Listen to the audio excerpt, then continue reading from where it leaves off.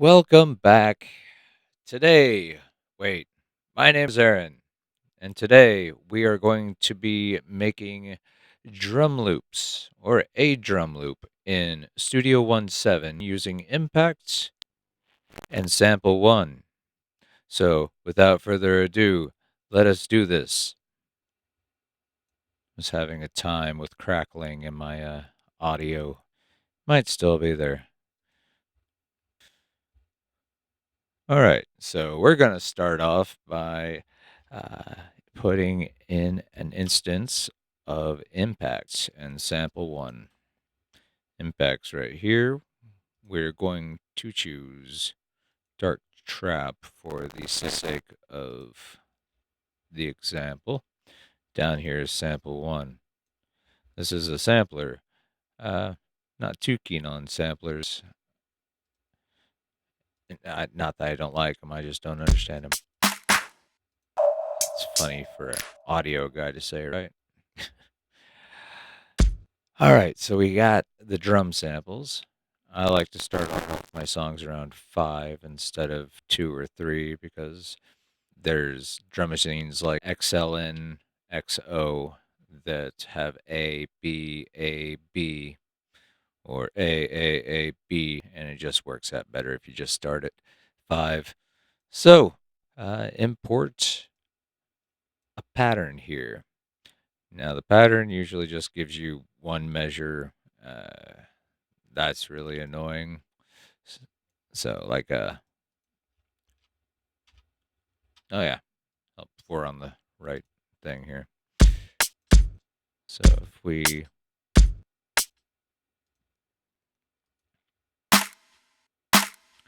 do that and hit play, well, that's a little bit too fast for me. So, we're going to drop the resolution down to 1/8.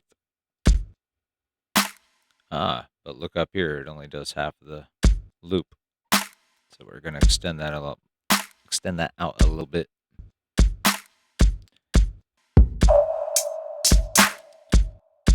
Basically,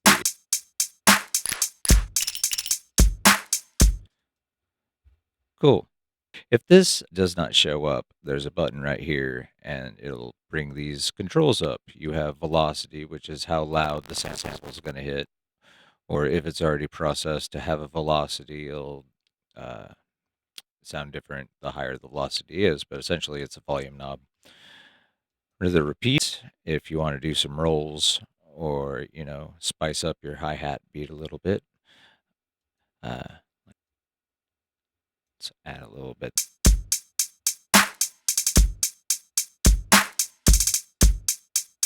All right, so that's neat. All right, so we got the clap and the snare. Over here is a little mini representation of input or impact. You want to pan that a little bit to the right.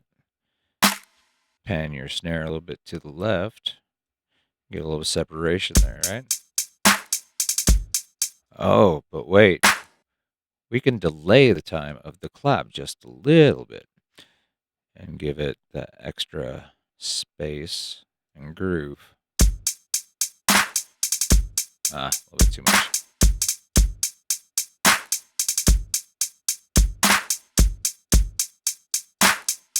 Yeah. So the thing is, you can drag samples from here into here, but not vice versa. So for our next trick, I'm going to find a hi-hat to replace this one, and we're going to do a neat little trick with the hi-hat and changing its pitch, uh, like a rolling hi-hat or whatever in different pitches. It kind of keeps things a little bit more interesting than we're used to hearing. But modern tricks, I'm surprised it hasn't been thought of earlier. So I'm going to find a new hi-hat using sampler. If you have Studio One 7, you have access to splice, which I haven't really used yet. So we're going to try to find a sample using splice.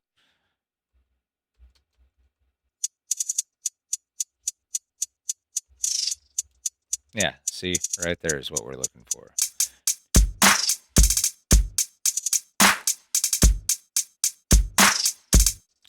All right, so that is an example of what we're trying to do. So I found a hat. I'm going to drop it in here. And we have a hat. We're going to open up Impact.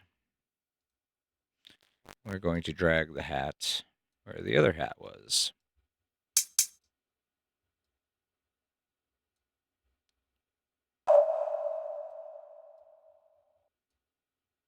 All right, that didn't work. So there's a workaround there. I'm going to put it here.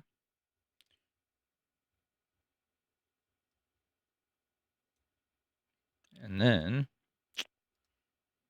we are going to now see, we just needed to get a visual representation of it.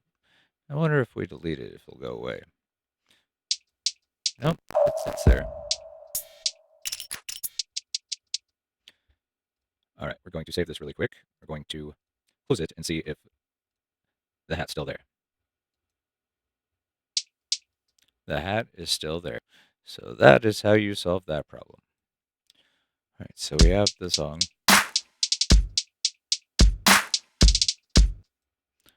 All right, we're going to just have an empty thing there. And we're going to, where it's already on drums, this is what, if you want, lengths of notes, but we don't want that. We want the drum right here.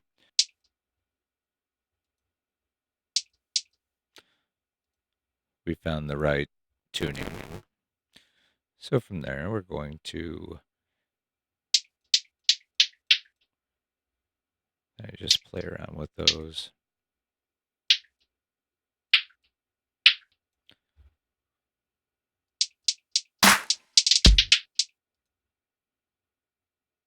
If a note hasn't been played for a while, it will get rid of it as a usable note visibly. So you have to click on this and tell it that you want it. But if, once again, if you have an empty line, it'll get rid of it. Again, I don't know how to fix that. We next are going to come over here to instruments, and we're going to load up another Studio One instrument, and we're going to load up just the analog sub one.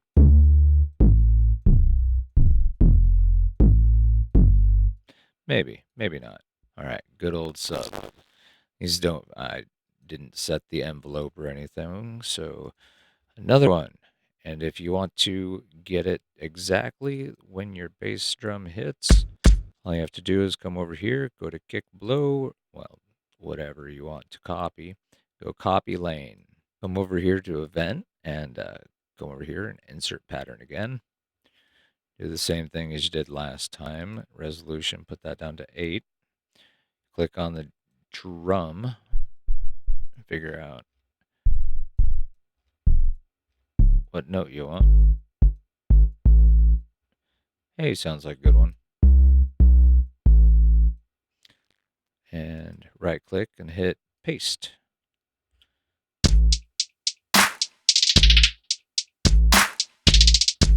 Now it's not ringing out, of course, since you're using this as essentially a sampler. So what we can do over here, instrument parts, and go convert pattern to part, and it will puts it in a part, and then over here you can go to keys and tell how long you want that to last. So let's go eighth notes, I suppose. Just extend them however long you want.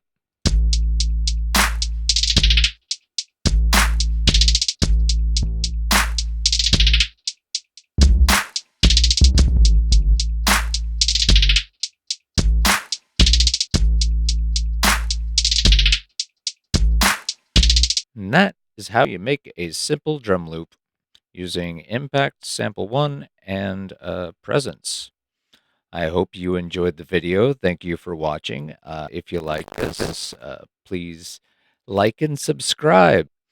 So have a wonderful day, and I will see you next time.